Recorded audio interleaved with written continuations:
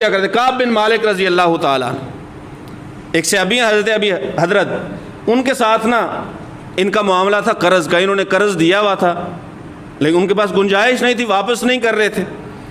ایک بار مسجد نبوی میں آپس میں بات کی، آوازیں بلند ہوئی، رسول اللہ صلی اللہ علیہ وسلم گھر سے تشریف لے آئے۔ کیا ہے؟ کعب بن مالک فرمانے لگے میرا انہوں نے ادھار دینا ہے، ادھار دینا ہے اور میں ان سے مطالبہ کر رہا ہوں۔ رسول اللہ صلی اللہ علیہ وسلم نے پوچھا ہاں بھائی ادھار دینا ہے؟ ہاں جی دینا ہے، لیکن میری طاقت نہیں ہے۔ رسول اللہ صلی اللہ علیہ وسلم نے فرمایا کعب ابن مالک کو آپ ایسا کرو کہ تھوڑا سا نا کم کر دو۔ کتنا کم کر دیں؟ کہا آدھا کر دو۔ کہنے لگے اللہ کے پیغمبر میں نے آدھا کر دیا۔ ایک بار، صرف ایک بار۔